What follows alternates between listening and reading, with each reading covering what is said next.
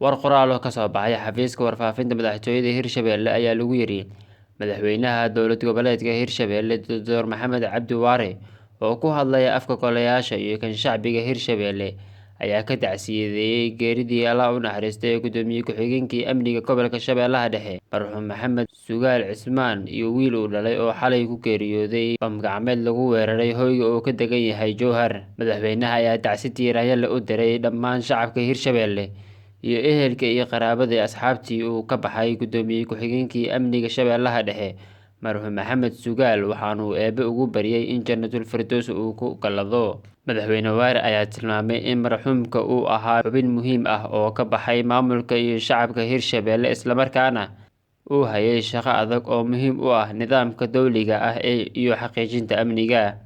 Madaxweynaha Hirshabelle Dr. Maxamed Cabdi Waare ayaa faray hay'adaha ammaanka in sida ugu dhaqsiyaha badan ay u sameeyaan baaritaan dhab ah oo la xiriira weerarkaasi lagu dilay marxuum Maxamed Sugaal, sharcigana la soo taago dadkii ka dambeeyay.